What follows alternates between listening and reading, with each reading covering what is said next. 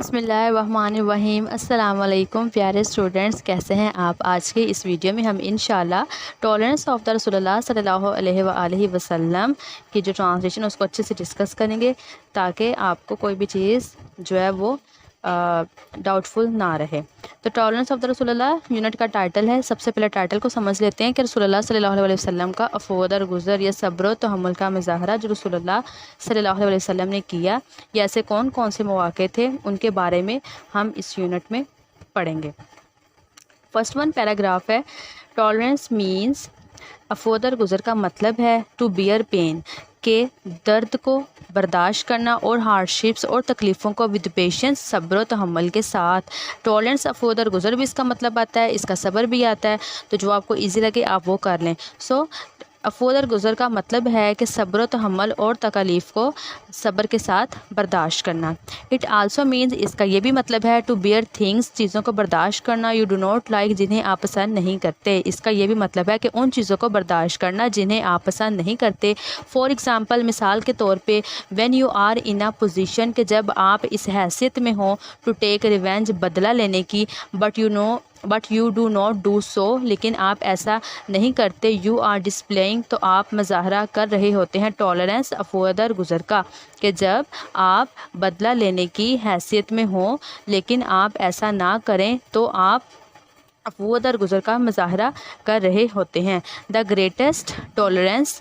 عظیم صبر و تحمل کا، واز پریکٹسائز، مظاہرہ کیا گیا یا عمل کیا گیا، بائی آور رسول، ہمارے رسول اللہ صلی اللہ علیہ وسلم کی طرف سے۔ عظیم صبر و تحمل کا جو عمل تھا وہ ہمارے رسول اللہ صلی اللہ علیہ وسلم کی طرف سے کیا گیا، کہ جو پریکٹسائز کیا، کہ جو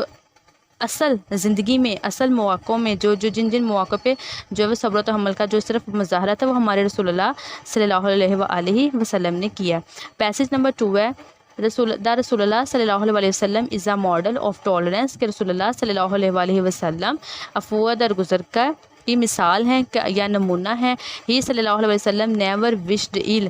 آپ صلی اللہ علیہ وسلم نے کبھی کسی کا برا نہیں چاہا یا کبھی کسی کو بد دعا نہیں دی، فار اینی ون، کسی کو۔ حضرت عائشہ رضی اللہ تعالیٰ عنہ سیڈ،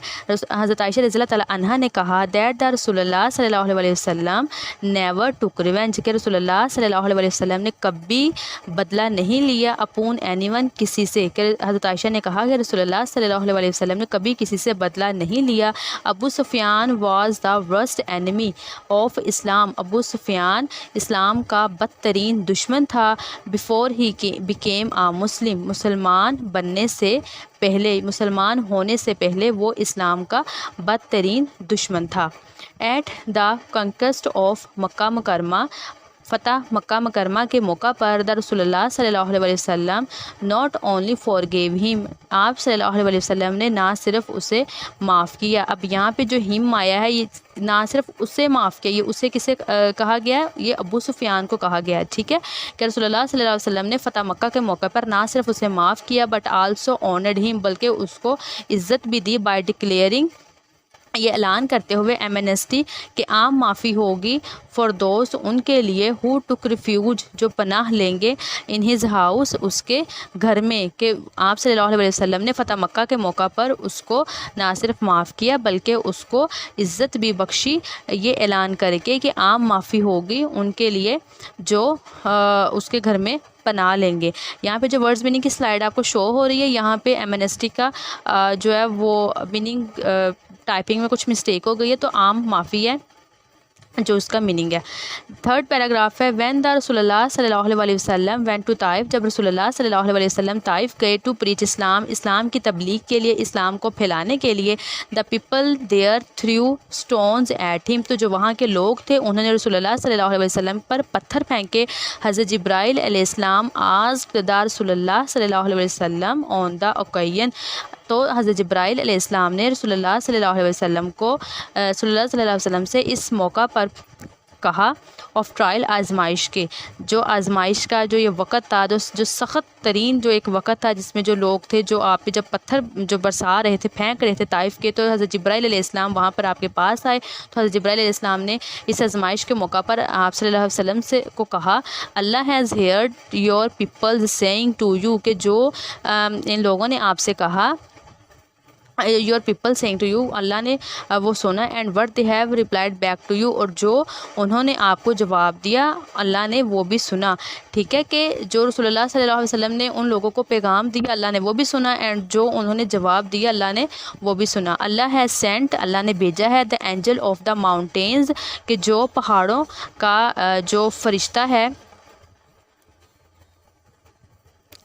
جو پہاڑوں کا فرشتہ ہے اللہ پاک نے اس کو بھیجا ہے ٹو یو، آپ کے پاس، so that you may order ہم، تاکہ آپ اس کو حکم دیں، ٹو ڈو کرنے کے لیے، وٹ ایور یو وش، جو آپ چاہتے ہیں، ٹو دیز پیپل، ان لوگوں کے ساتھ. کہ اللہ تعالیٰ نے پہاڑوں کے فرشتے کو آپ کے پاس بھیجا ہے تاکہ آپ اس کو حکم دیں وہ کرنے کے لیے جو آپ چاہتے ہیں ان لوگوں کے ساتھ، یا جو بھی آپ کی خواہش ہے ان لوگوں کے ساتھ کرنے کے لیے. The angel of the mountains, پہاڑوں کے فرشتے نے کالڈ اینڈ گریٹڈ حضرت محمد صلی اللہ علیہ وسلم، رسول اللہ صلی اللہ علیہ وسلم کو سلام کیا. اینڈ دین سیڈ، اور پھر کہا، او محمد، اے محمد صلی اللہ علیہ وسلم، آرڈر وٹ یو وش، حکم کریں جو آپ کی خواہش ہے، اف یو لائک، اگر آپ پسند کریں، آئی ول لیٹ الاکشبی to mountains fall on them. یہ الاکشبی ہیں، الاکشبی کا مطلب ہے کہ جو دو پہاڑ ہیں، یہ ان کو کہا گیا ہے الاکشبی، کہ یہ جو دو پہاڑ ہیں اگر آپ حکم کریں تو میں ان کے اوپر پھینک دوں.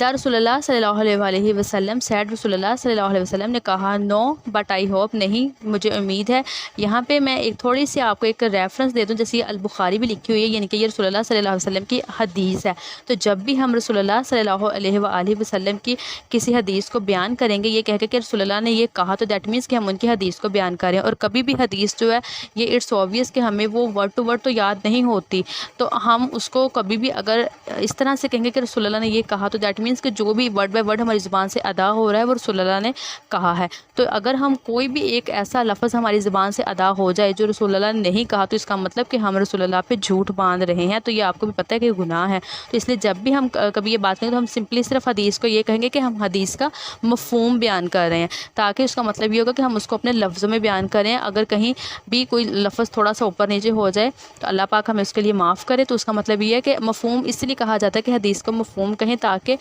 کوئی بھی یہ جو ہے وہ ڈر نہ رہے کہ کہیں ہم نے کوئی ایسا لفظ نہیں کہہ دیا جو رسول اللہ نے نہیں کہا. تو ٹھیک ہے، تو یہ حدیث ہے رسول اللہ کی، تو اس لیے میں اسی طرح سے کہوں گی کہ رسول اللہ کی حدیث کا مفہوم ہے جو یہ میں بیان کرنے لگی ہوں، جو میں بتانے لگی ہوں. دا رسول اللہ صلی اللہ علیہ وسلم سیڈ، رسول اللہ نے کہا، نو بٹ آئی ہوپ، نہیں مجھے امید ہے، that Allah will let them بیگٹ، کہ اللہ تعالیٰ پیدا کرے گا چلڈرن، بچوں کو، ہو ول ورشپ، کہ اللہ تعالیٰ ان لوگوں سے ایسے بچے پیدا کرے گا، ہو ول ورشپ، جو عبادت کریں گے اللہ الون، صرف اللہ کی، اینڈ ول ورشپ نن بسائڈس ہم، اور اس کے سوا کسی کی نہیں. کہ مجھے امید ہے کہ اللہ تعالیٰ ان سے ایسے بچے پیدا کرے گا جو جو اللہ کی عبادت کریں گے سوائے اللہ کے اور کسی کے نہیں.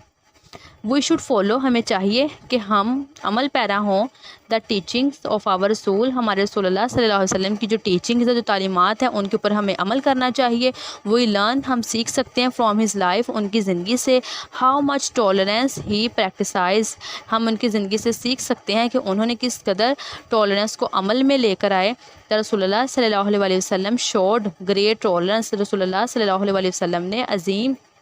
صبر و تحمل کا مظاہرہ کیا تھرو آؤٹ ہز لائف، اپنی پوری زندگی میں ہی. ایون پریڈ، آپ صلی اللہ علیہ وسلم نے حتیٰ کہ دعا کی، فار ہز اینیمیز، اپنے دشمنوں کے لیے، اینڈ فار دوز، اور ان کے لیے، ہو ٹربلڈ ہم، اور ان کے لیے بھی جنہوں نے رسول اللہ صلی اللہ علیہ وسلم کو پریشان کیا.